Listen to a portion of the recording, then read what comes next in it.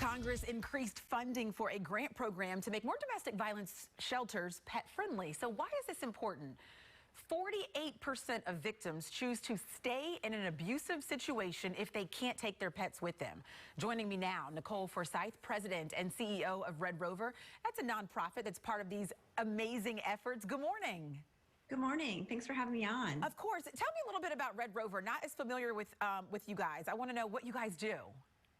A lot of people call us the American Red Cross for pets. So we're really there to help when people and animals are in crisis together. So it could be natural disasters. It could be emergency veterinary care where people can't afford, to pay for emergency vet care. Or it could be cases like this with domestic violence where people really need to leave their abuser, but they don't know where to bring their pets. So it's totally natural that you guys would team up with Purina and create this Purple Leash project. Sort of talk about that to me, Nicole. Yeah, so the Purple Leash Project has been fantastic. It's a way where Purina is helping to build some of these pet-friendly domestic violence shelters. So we know that only about 17% of domestic violence shelters right now can take pets, with the survivors. And so we want to increase that percentage. Our goal is by 2025 that we get 25% of domestic violence shelters to become pet-friendly. And what do you have to do that, to get to that goal? What are you guys doing and working on? We do a lot of outreach. So we are we're out there talking to domestic violence shelters, finding out what are their barriers, what are the obstacles for them to become pet friendly. Okay. And every community is different. Every domestic violence shelter is different. And so we connect them with partners in their community, connect them to veterinarians and animal shelters. We do some training. We have a webinar called Don't Forget the Pets, and that provides everything they could think about as far as how to become pet friendly. So liability. Yeah. Gotcha. I was going to say you're getting some help in the way of money. $2.5 million for PAWS Act grant program. How's that money going to be specifically used? Yeah, so the PAWS Act provides federal funding for some of the bigger projects, which is really exciting. So last year was the first time those grants were offered, and it was $2 million.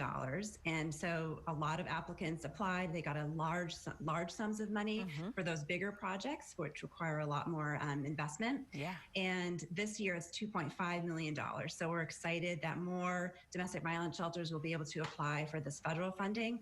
And our funding is smaller. The grants average around $15,000.